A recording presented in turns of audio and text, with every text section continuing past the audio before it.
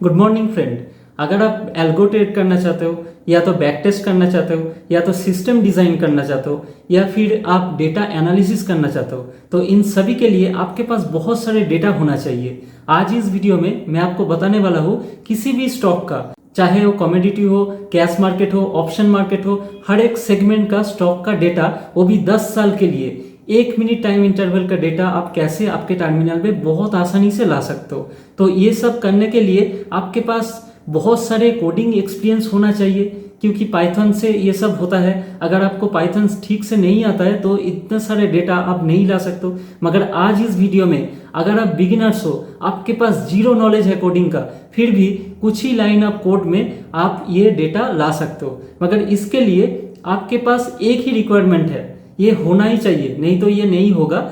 सिर्फ आपके पास allies blue का एक अकाउंट होना चाहिए, क्योंकि दूसरा ब्रोकर का अगर अकाउंट है तो उससे आप बहुत आसानी से डेटा नहीं निकाल सकते हो। उससे अगर डेटा निकालना है तो आपके पास थोड़ा नॉलेज होना चाहिए पाइथन का। अगर आपके पास जीरो नॉलेज है तो आप एलाइज ब्लू यूज करके बहुत आसानी से ऑप्शन चेन का भी डेटा आप एक लाइन ऑफ कोड में निकाल सकते हो। पूरा का पूरा ऑप्शन चेन आ जाएगा, वो भी लाइव डेटा।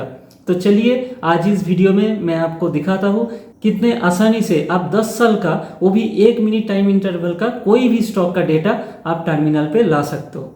तो एलाइज ब्लू में अगर आपके पास अकाउंट नहीं है तो डिस्क्रिप्शन में मैं मेरा रेफरल लिंक दे दूंगा, उधर से आप एक अकाउंट बना लीजिए। क्योंकि अगर मेरा रेफरल लिंक यूज करके आप अकाउंट बनाएंगे तो मेरे पास जितने भी इंडिकेटर है ये सब कुछ आपको 2 महीने तक फ्री में मिल जाएगा। और इस वीडियो के एंड में मैं आपको मेरा इंडिकेटर के बारे में भी बता दूंगा, वो किस तरह से आपको हेल्प करेगा। तो चलिए कंप्यूटर स्क्रीन पे और देख लेते हैं कितने आसानी से आप 10 साल का, वो भी 1 मिनट का, किसी भी स्टॉक का डेटा आप टर्मिनल में डाउनलोड कर सकते हैं। तो मैं कंप्यूटर स्क्रीन के ऊपर आ चुका हूँ। ये मेरा एलाइज ब्लू का अकाउंट है। एलाइज ब्लू से अगर डेटा निकालना है तो सबसे पहले आपके पास एक एपीआई होना चाहिए, जो कि ये फ्री में प्रोवाइड कर देता है। सिर्फ कुछ स्टेप आपको फॉलो करना है, बस। आपके पास 1 भी रुपया नहीं लगेगा एपीआई जनरेट करने के लिए। तो सबसे पहले देखिए यहाँ पर एप्स लिखा है, इसमें आप क्लिक कर दीजिए और यहाँ पर देखिए एपीआई की, तो एपीआई की में आप क्लिक कर दीजिए। तो एपीआई की में क्लिक करने से एक नया विंडो ओपन हो जाएगा। इसमें देखिए मेरे पास ऑलरेडी एक एपीआई की जनरेटेड है, क्योंकि मैंने ये ऑलरेडी कर चुका हूँ। तो आपके लिए ये ब्लैंक रहेगा अगर आप फर्स्ट टाइम कर रहे हो तो पहले ही आपको यहाँ पर क्रिएट ऐप में क्लिक कर लेना चाहिए। तो क्रिएट ऐप में अगर क्लिक करेंगे तो एक सिंपल सा एक फॉर्म आ जाएगा, इस फॉर्म को आपको फिलअप कर देना है। तो पहले आपको ऐप नेम डालना है, तो यहाँ पर आप कुछ भी डाल सकते हो। तो मैं लिख देता हूँ डाटा, और उसके बाद डिस्क्रिप्शन में कुछ भी आपको डालना है, तो यहाँ पर भी डाटा मैं लिख देता हूँ। और उसके बाद रीडायरेक्ट यूआरएल, यहाँ पर कोई भी लिंक आप डाल सकते हो। फिलहाल मैं google.com लिख देता हूँ। अगर आपके पास कोई वेबसाइट है तो वेबसाइट का लिंक यहाँ पर डाल सकते हो। तो यहाँ पर https://www.google.com मैं डाल देता हूँ। कोई भी साइट का लिंक यहाँ पर आप डाल सकते हो, इससे कोई फर्क नहीं पड़ेगा। उसके बाद देखिए यहाँ पर ट्रेडिंग है, एज इट इज रहने दीजिए। यहाँ पर कॉन्टैक्ट नेम, आपका जो नाम है वो नाम आप इधर से कॉपी करके इसको इधर पेस्ट कर दीजिए, और ये नाम सेम होना चाहिए। और उसके बाद कॉन्टैक्ट ईमेल, जो ईमेल से आप एलाइज ब्लू का अकाउंट ओपन किया है उसी ईमेल को यहाँ पर डालना है। उसके बाद मोबाइल नंबर, जो रजिस्टर्ड मोबाइल है वही आपको डालना है। तो मैंने डाल दिया। देखिए यहाँ पर सेव बटन एक्टिवेट हो चुका है। इस सेव में क्लिक कर देंगे तो यहाँ पर देखिए और एक फॉर्म आ जाएगा। तो यहाँ पर आपको क्या करना है, आपका जो सिस्टम का जो आईपी एड्रेस है, ये स्टैटिक आईपी होता है, तो उसको फिल करना है बस यहाँ पर IPv4 में। तो ये आपको कैसे मिलेगा, इसके लिए आपको एक नया टैब ओपन करना है और गूगल पे जाके आपको टाइप करना है माई IP। तो माई IP टाइप करने से पहले जो साइट आएगा व्हाट्स माई IP एड्रेस, तो इसमें आप क्लिक कर दीजिए। इसमें क्लिक करने से देखिए IPv4 में एक IP आपको मिल जाएगा, तो इसको आप कॉपी कर लीजिए। तो इसको कॉपी करके यहाँ पर IPv4 में आप पेस्ट कर दीजिए, बस। और कुछ नहीं करना है, यहाँ पर सबमिट कर दीजिए। ये सबमिट करने से तुरंत एक्टिवेट नहीं होगा, इसके लिए 24 आवर्स का एक टाइम लगेगा। आज आप इसको अगर सबमिट करेंगे तो कल से ये एक्टिवेट हो जाएगा। जैसे कि मेरे केस में देखिए यहाँ पर ऑलरेडी एक्टिवेटेड है, यहाँ पर स्टेटस एक्टिव लिखा हुआ है। तो ये था फर्स्ट स्टेप। तो ये एक ही दिन के अंदर आपके पास ये एक्टिवेशन हो जाएगा। तो यहाँ पर सबसे इंपॉर्टेंट दो चीज है, ये है ऐप की और उसके बाद ऐप सीक्रेट की। ये आप किसी से शेयर मत कीजिए, क्योंकि अगर किसी के पास ये ऐप की या ऐप सीक्रेट की आ गया तो वो कुछ भी कर सकते हैं आपके अकाउंट के साथ। तो कभी भी ये सीक्रेट की किसी के साथ शेयर मत कीजिए। तो अभी ये ऐप की और ऐप सीक्रेट की यूज करके देखिए मैं कितने आसानी से with in few lines of code सारे के सारे डेटा मैं निकाल सकता हूँ। तो उसके लिए आपको जाना है एपीआई डॉक्स में। तो देखिए यहाँ पर एपीआई डॉक्यूमेंटेशन में बहुत कुछ है, मगर इतना सारे पढ़ने का कोई जरूरत नहीं है। मैं आपको आसान भाषा में सब कुछ समझा देता हूँ। तो सबसे पहले आपको क्या करना चाहिए, देखिए यहाँ पर जो प्रेफरेंस और लाइब्रेरीज है इसमें आप क्लिक कर दीजिए। तो इसमें क्लिक करने से आपको पता चल जाएगा कौन सा लाइब्रेरी आपको चाहिए जो आपको हेल्प करेगा पाइथन यूज करके डेटा निकालने में। तो अभी मैं इस लिंक पे क्लिक कर दूंगा। इस लिंक पे अगर क्लिक करेंगे तो यहाँ पर देखिए पाइथन का एक मॉड्यूल आपको दिख जाएगा, यहाँ पर and A3 trade hub SDK production. तो ये मॉड्यूल आपके सिस्टम में इंस्टॉल होना चाहिए। और ये मॉड्यूल आप कैसे इंस्टॉल करेंगे उसके लिए देखिए यहाँ पर कमेंट दिया हुआ है पिप इंस्टॉल ये। तो इसको मैं कॉपी कर लेता हूँ। और आपके पास अगर कोई भी टर्मिनल है जो पाइथन रन हो सकता है, कोई आईडी हो, तो वो ओपन कर लीजिए और वहां पर एक फोल्डर बना लीजिए। तो यहाँ पर मैं न्यू पे जाऊंगा और डायरेक्टरी एक बना लूंगा और इसका नाम मैं दे देता हूँ एलाइज ब्लू। और एलाइज ब्लू के अंदर एक फाइल मैं क्रिएट कर लूंगा जो पाइथन फाइल है, लेट्स से main.py।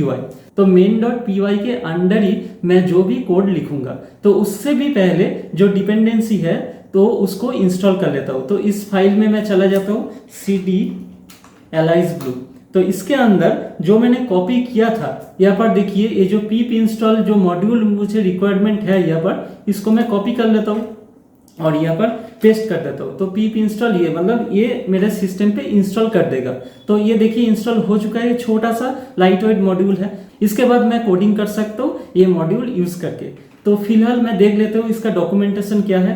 तो ये मॉड्यूल रन करने के लिए तो यहाँ पर सब कुछ दिया है, सिर्फ आपको कॉपी पेस्ट करना है। तो यहाँ पर मैं कॉपी कर लेता हूँ पहला लाइन और यहाँ पर मैं पेस्ट कर देता हूँ। तो पहला लाइन मेरा हो गया, मतलब जो मॉड्यूल मुझे चाहिए था वो मेरे पास आ गया।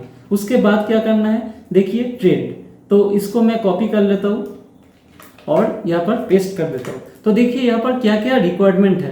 पहले तो आपका जो यूजर आईडी है, यूजर आईडी मतलब जिस आईडी से आप लॉगिन कर दो। तो आईडी आपको कैसे मिलेगा, आईडी के लिए आपका जो ट्रेडिंग टर्मिनल है उसमें जाना पड़ेगा और यहाँ पर क्लिक करना है योर प्रोफाइल। और योर प्रोफाइल में देखिए यहाँ पर आईडी लिखा हुआ है। तो इसको मैं कॉपी कर लेता हूँ और यहाँ पर आके आईडी के जगह में मैं पेस्ट कर देता हूँ। उसके बाद देखिए योर ऑथ कोड, तो ये कहाँ से मिलेगा। और देखिए योर सीक्रेट की, सीक्रेट की अभी अभी मैंने क्रिएट किया है। तो सीक्रेट की कहाँ मिलेगा, ये जो मेरा एपीआई जनरेट हुआ है यहाँ पर ऐप सीक्रेट की, इसको मैं कॉपी कर लेता हूँ। तो ये कॉपी होने के बाद देखिए यहाँ पर मैं पेस्ट कर दूंगा।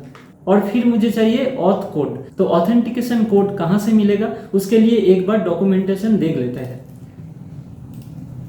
तो देखिए ऐप डॉक्यूमेंटेशन में ऑथेंटिकेशन यहाँ पर है। तो ऑथेंटिकेशन में क्लिक करने से एक छोटा सा पेज ओपन हो जाएगा। तो इसको आप थोड़ा पढ़ लीजिए तो आपको समझ में आ जाएगा। तो देखिए यहाँ पर लिखा हुआ है during user login the individual trader should redirect the Alice blue user to this URL. तो इसको मैं कॉपी कर लेता हूँ और कॉपी करने के बाद ये कंप्लीट नहीं है, इसके बाद मुझे क्या पेस्ट करना है, along with app code. App code मतलब ये जो ऐप की है इसको पेस्ट करना है। तो फिलहाल मैं टर्मिनल पे ये लिख देता हूँ, उसके बाद मुझे ऐप की पेस्ट करना है। तो ऐप की पेस्ट करने के लिए मुझे ये ऐप की कॉपी करना चाहिए और उसके बाद मैं पेस्ट कर दूंगा। तो पेस्ट करने के बाद मैं एंटर कर देता हूँ। तो एंटर करने से मेरा जो पेज वो ओपन हो जाएगा, मगर यहाँ पर देखिए जो यूआरएल है वो चेंज हो चुका है। तो इसको मैं कॉपी कर लेता हूँ और पाइथन टर्मिनल पे जाके मैं पेस्ट कर देता हूँ यहाँ पर। तो देखिए यहाँ पर पेस्ट करने से ऑथेंटिकेशन कोड जो है यहाँ पर आ चुका है। तो देखिए ये जो ऑथ कोड है ये इतना तक है। तो मैं इसको कॉपी कर लेता हूँ और ये ऑथेंटिकेशन कोड के जगह पे रिप्लेस कर देता हूँ। तो मेरा कोड रेडी हो चुका है, तो इसको मैं फिलहाल कमेंट कर देता हूँ। पहला लाइन मेरा कंप्लीट हो चुका है। अब मुझे देखना है नेक्स्ट इंस्ट्रक्शन क्या है। तो इतना तक मेरा हो गया। उसके बाद मुझे गेट सेशन आईडी ये मुझे चाहिए। तो सेशन अगर जनरेट नहीं करेंगे तो कोई आगे का काम नहीं हो पाएगा। तो मैं यहाँ पर गेट सेशन आईडी को प्रिंट करा लेता हूँ, देखता हूँ कुछ डेटा आता है कि नहीं।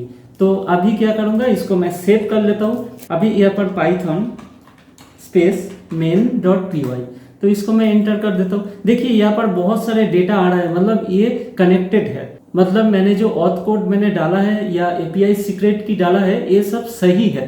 तो अभी मैं आगे का काम कर सकता हूँ। तो आगे मुझे क्या चाहिए, हिस्टोरिकल डेटा चाहिए किसी भी स्टॉक का। तो फिलहाल ये पेज बहुत लंबा है, आप 1 बाय 1 हर एक फंक्शन को चेक कर सकते हो। फिलहाल मैं हिस्टोरिकल डेटा सर्च कर लेता हूँ। तो हिस्टोरिकल डेटा, तो इसको मैं कॉपी करके मैं ले लेता हूँ और यहाँ पर जाके पेस्ट कर देता हूँ। तो देखिए यहाँ पर क्या है, हिस्टोरिकल डेटा इधर से मैं निकाल सकता हूँ। तो पहले मुझे सिंबल पास करना है, वो एनएससी का है या बीएससी का है या एमसीएक्स का है, वो पहले आपको देना है। उसके बाद आपको सिंबल का नेम देना है। अगर रिलायंस के जगह पे अगर एसबीआई लेना है तो एसबीआई कर सकते हो। उसके बाद देखिए रेजुलेशन, रेजुलेशन मतलब टाइम फ्रेम। बाय डिफॉल्ट ये डेली है, तो मैं फिलहाल 1 मिनट कर लेता हूँ। तो 1 मिनट का डेटा मुझे मिल जाएगा। उसके बाद देखिए स्टार्ट डेट और फ्रॉम डेट और टू डेट, मतलब कहाँ से कहाँ तक मुझे डेटा चाहिए।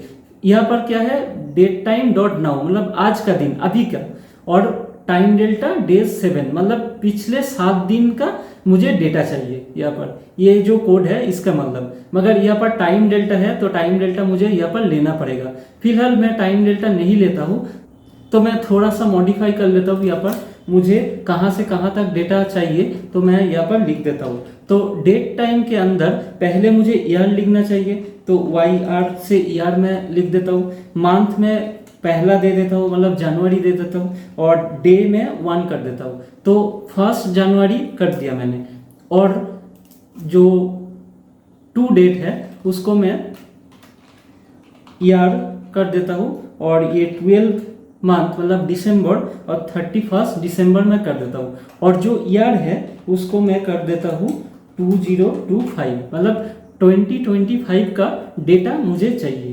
तो इसको मैं फिलहाल सेव करके इसको रन करके देख लेता हूँ मेरे पास कुछ डेटा आ रहा है कि नहीं।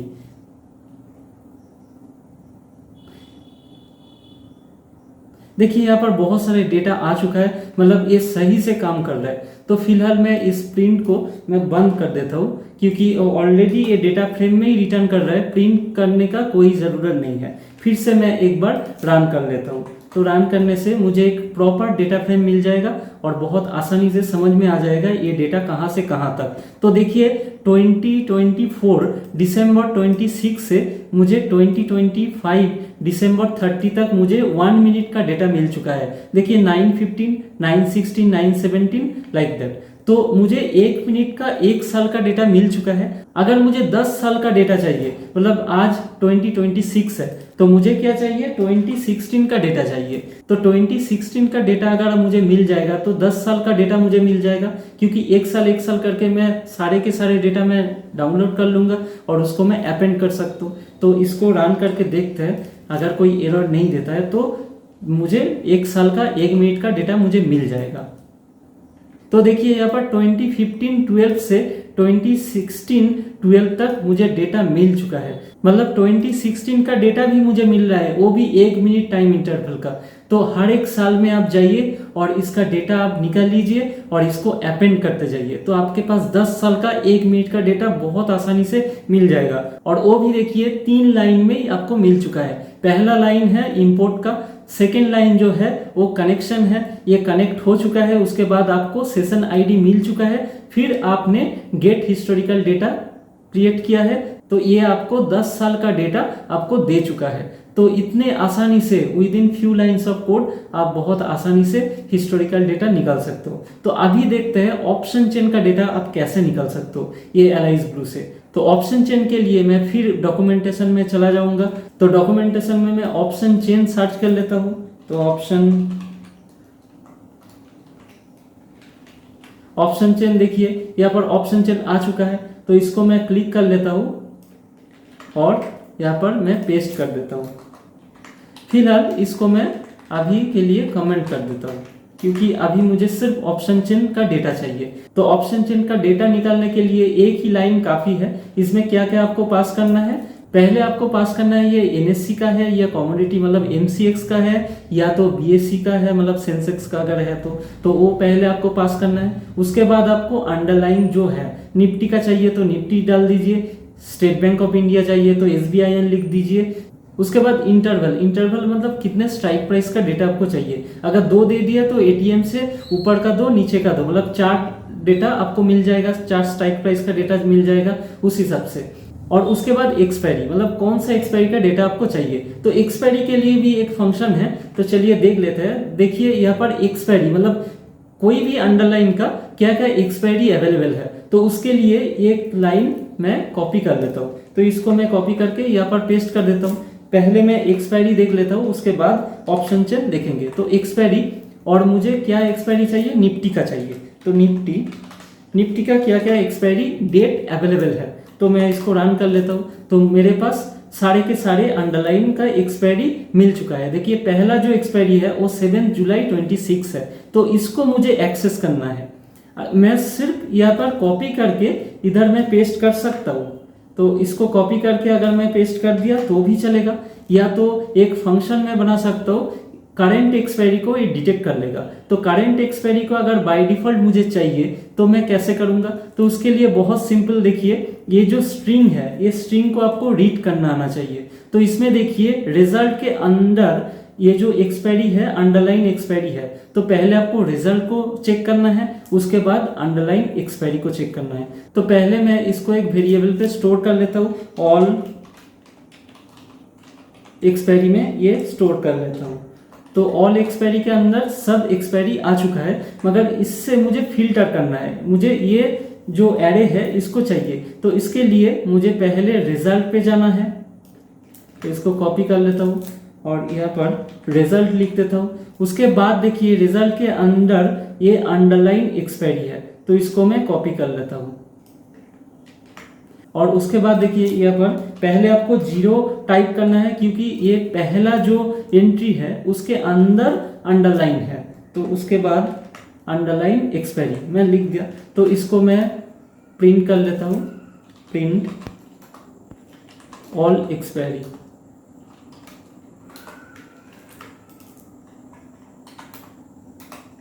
तो ऑल एक्सपायरी में मुझे सिर्फ एक्सपायरी डेट मिलेगा। अगर मुझे करंट एक्सपायरी चाहिए तो सिर्फ मुझे यहाँ पर 0 लिख देना है क्योंकि फर्स्ट एंट्री है करंट एक्सपायरी।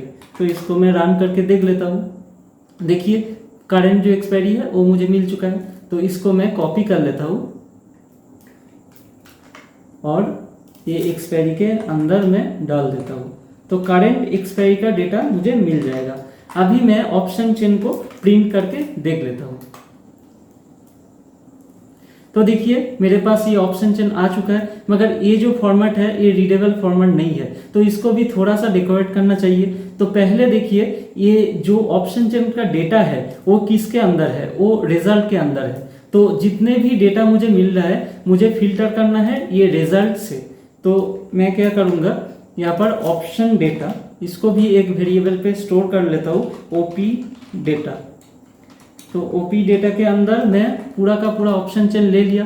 तो ऑप्शन चेन से मुझे सिर्फ ऑप्शन चेन का डेटा ही मुझे चाहिए। तो option chain is equal to OP data और रिजल्ट। तो रिजल्ट मैं ले लिया। तो अभी मैं इसको फिर से रन करके देखता हूँ ये काम करता है कि नहीं। तो उसके बाद मुझे प्रिंट भी करना है ऑप्शन चेन। तो अभी मैं रन करके देखूंगा, मेरे पास ऑप्शन चेन देखिए यहाँ पर आ रहा है। तो अभी मुझे चाहिए सिर्फ इतना डेटा। तो ये डेटा को एक्सेस करने के लिए पहले फर्स्ट एंट्री में जाना चाहिए, उसके बाद देखिए यहाँ पर डेटा है, डेटा टैब के अंदर जाना चाहिए, उसके बाद मुझे रिक्वायर्ड डेटा मिल जाएगा। तो पहले मुझे यहाँ पर 0th एंट्री पे जाना चाहिए, उसके बाद डेटा डेटा के अंदर जाना चाहिए, फिर मुझे ये डेटा मुझे मिल जाएगा। तो इसको मैं सेव करके एक बार रन करके देख लेता हूँ। देखिए यहाँ पर कॉल और पुट का डेटा मुझे मिल चुका है। तो कॉल के अंदर कॉल का डेटा है, पुट के अंदर पुट का डेटा है। तो यहाँ पर मैं सिर्फ एक फॉर लूप बना दूंगा। तो for item in option chain, और उसके बाद मुझे अपेंड करना है। तो उसके लिए पहले मुझे एक एरे डिक्लेयर कर लेना है। तो रो इज इक्वल टू, ये थर्ड ब्रैकेट में मैं एरे डिक्लेयर कर लेता हूँ, और उसके बाद ये जो एरे मैंने डिक्लेयर किया उसमें मुझे अपेंड करना है। तो रो डॉट अपेंड, और मुझे क्या अपेंड करना है, तो पहले मुझे कॉल वाई लेना है। तो कॉल वाई किसके अंदर है, कॉल के अंदर वाई है। तो यहाँ पर मैं लिख देता हूँ CEOI। तो CEOI कॉल वाई है। तो पहले आइटम, उसके अंदर CE, और उसके अंदर मुझे OI पास करना है। OI स्मॉल लेटर पे है तो OI, ये भी डबल कोट के अंदर। तो ये मेरा हो चुका है कॉल OI। उसके बाद मुझे कॉल LTP भी लेना है, CELTP। तो कॉल LTP किसके अंदर है, देखिए यहाँ पर LTP जो है यहाँ पर LTP के अंदर है। तो इसको मैं कॉपी कर लेता हूँ और यहाँ पर मैं पेस्ट कर देता हूँ, और इसको मैं रीनेम कर देता हूँ LTP। तो मेरा हो चुका है कॉल LTP और कॉल OI। तो सिमिलरली पुट OI भी चाहिए मुझे, पुट LTP भी चाहिए। तो उसके लिए P और P, इसको जस्ट रीनेम कर देता हूँ, और यहाँ पर भी P और PE, और मिडिल पे मुझे स्ट्राइक प्राइस भी चाहिए। तो इसको मैं कॉपी कर लेता हूँ और इसमें मैं पेस्ट करके इसको रीनेम कर देता हूँ। तो स्ट्राइक प्राइस के लिए STP। तो देख लेते हैं स्ट्राइक प्राइस कहाँ पर है। तो देखिए ये कॉल है, इसके अंदर नहीं है। इसके बाद पुट है, पुट के अंदर भी नहीं है। तो देखिए ये बाहर एक वेरिएबल पे है स्ट्राइक प्राइस। तो इसको मैं कॉपी कर लेता हूँ, तो आइटम के अंदर ही है। तो कॉल पुट का कोई ज़रूरत नहीं है, यहाँ पर सिर्फ स्ट्राइक प्राइस मुझे टाइप कर देना है बस। तो मेरा जो वेरिएबल है ये रो के अंदर बन चुका है। तो फिलहाल मैं प्रिंट करके देख लेता हूँ रो एक बार। अगर सब कुछ सही है तो डेटा फ्रेम में ये बन जाएगा। तो देखिए ये सब कुछ सही है, ये प्रिंट हो रहा है। तो इसका मैं डेटा फ्रेम ले लेता हूँ। तो PD डॉट डेटा फ्रेम रो, इसको मैं प्रिंट करके देख लेता हूँ। तो देखिए यहाँ पर ऊपर ये डेटा फ्रेम में प्रिंट हो चुका है, क्योंकि नीचे मैंने ऑप्शन चेन प्रिंट किया, इसीलिए ये जो रो ऑप्शन चेन ये नीचे दिख रहा है। तो इसको मैं अभी फिलहाल बंद कर देता हूँ, सिर्फ मुझे डेटा फ्रेम को देखना है। तो फिर से एक बार देख लेता हूँ। देखिए मेरे पास ऑप्शन चेन आ चुका है, क्योंकि मैंने यहाँ पर 2 डाला था इंटरवल पे, इसीलिए यहाँ पर 4 एंट्रीज मुझे दिखा रहा है। मतलब जो ATM है उसके ऊपर और नीचे टोटल मिला के 4 मुझे दिख रहा है। अगर मैं यहाँ पर 2 के जगह पे 10 कर देता हूँ तो यहाँ पर देखिए एंट्रीज बढ़ जाएगा। तो देखिए यहाँ पर टोटल 20 आ गया। तो इस तरह से आप बहुत आसानी से हिस्टोरिकल डेटा भी निकल सकते हो, और ये जो ऑप्शन चेन है ऑप्शन चेन भी निकल सकते हो। तो अभी अगर मुझे कोई स्टॉक का ऑप्शन चेन देखना है तो मैं कैसे देख सकता हूँ? तो उसके लिए बहुत ही ज़्यादा सिंपल है। यहाँ पर निफ्टी लिखा हुआ है, निफ्टी का जगह पे मुझे SBI या तो रिलायंस कुछ भी मुझे डालना है। तो फिलहाल मैं यहाँ पर SBI कर देता हूँ। उससे भी पहले देखिए ये जो लाइन है, ये लाइन एक्सपायरी से डिपेंडेंसी है, मतलब एक्सपायरी डेट। निफ्टी का जैसा वीकली एक्सपायरी मिलता है, SBI या रिलायंस का स्टॉक का मंथली एक्सपायरी मिलता है। तो इस तरह से ये काम नहीं करेगा। तो पहले आपको यहाँ पर सिंबल चेंज करना है और यहाँ पर भी सिंबल चेंज करना है। तो मैं एक वेरिएबल ले लेता हूँ, SYN is equal to SBIN, और यहाँ पर सिंबल से मैं रिप्लेस कर देता हूँ।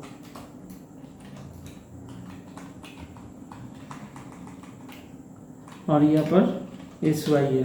तो मैं अभी SBIN कर दिया, तो SBIN का ऑप्शन चेन मुझे मिल जाएगा। देखिए यहाँ पर SBI का ऑप्शन चेन मुझे मिल चुका है। तो इस तरह से आप with in a few lines of code आप किसी भी स्टॉक मतलब FNO स्टॉक या इंडिसेस या कमोडिटी हो या BSE का कोई FNO स्टॉक है, हर एक के लिए आप option chain with in a few lines of code आप डाउनलोड कर सकते हो। या तो हिस्टोरिकल डेटा, वो भी 10 साल का डेटा, 1 मिनट का डेटा आप with in a few lines of code download कर सकते हो। तो इन सब के लिए सिर्फ आपके पास एक एलाइज ब्लू का अकाउंट होना चाहिए। और एलाइज ब्लू का अकाउंट ओपन करने के लिए मेरा जो रेफरल लिंक है वो मैं डिस्क्रिप्शन में दे दूंगा, उससे आप अकाउंट ओपन कर लीजिए। तो अगर आप मेरा रेफरल लिंक यूज करके आप एलाइज ब्लू में अकाउंट ओपन करते हो तो देखिए ट्रेडिंग व्यू में मेरे पास जितने भी प्रीमियम इंडिकेटर है ये सब कुछ आपको 2 महीने तक फ्री में मिल जाएगा। ऑप्शन के लिए ऑप्शन प्लस एक इंडिकेटर है और भी बहुत सारे इंडिकेटर है, जैसे कि MCX के लिए मतलब अगर आपको कमोडिटी में